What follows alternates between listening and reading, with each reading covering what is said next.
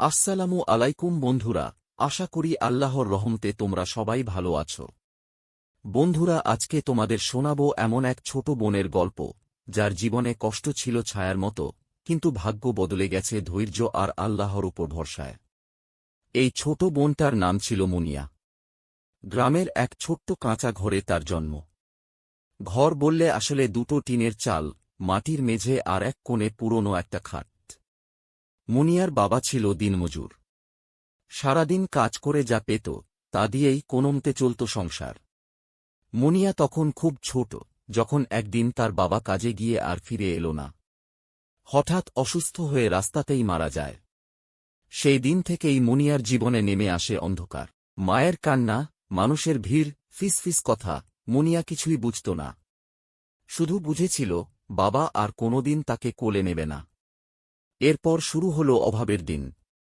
মা অন্যের বাড়িতে কাজ করতে লাগল। বড় ভাইটাও কাজের খোঁজে বেরিয়ে পড়ল। সংসারের হাল ধরার মানুষ ছিল না।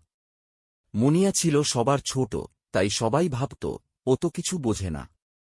কিন্তু মুনিয়া সব বুঝত। মায়ের ক্লান্ত মুখ, ভাইয়ের নীরবতা, ঘরে চাল শেষ হয়ে আসার ভয়, সব সে অনুভব করত।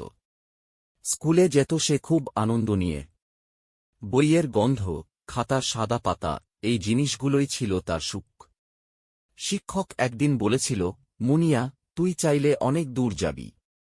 এই কথাটা সে বুকের ভেতর জমিয়ে রেখেছিল। কিন্তু অভাব কারো স্বপ্ন দেখে না। একদিন মা বলল, মা, তোকে আর স্কুলে দিতে পারব না। মুনিয়া কিছু বলেনি। শুধু সেই রাতে বালিশে মুখ গুঁজে অনেক কেঁদেছিল। এরপর শুরু হল কাজের জীবন। কখনো অন্যের বাড়িতে বাসন মাজা, কখনো ছোট বাচ্চা দেখাশোনা। বয়স কম, কিন্তু কাঁধে অনেক দায়িত্ব।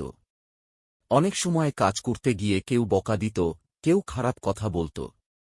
মুনিয়া চুপ করে সহ্য করত। রাতে শুয়ে সে আকাশের দিকে তাকিয়ে বলত, হে আল্লাহ, আমি কি এতই ছোট যে আমার কষ্ট কেউ দেখে না? দিন যায়, বছর যায়। মুনিয়ার বয়স বাড়ে, কিন্তু সুখ আসে না। একসময় পরিবারের লোকজন বিয়ের কথা তোলে।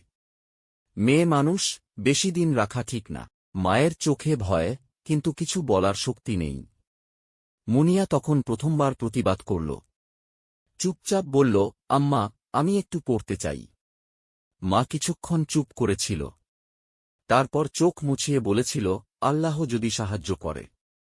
বন্ধুরা, এখান থেকেই বদলাতে শুরু করে ছোট বোনের ভাগ্য। একদিন সে যে বাড়িতে কাজ করত, সেই বাড়ির এক আপু মুনিয়ার কথা শুনে খুব অবাক হল।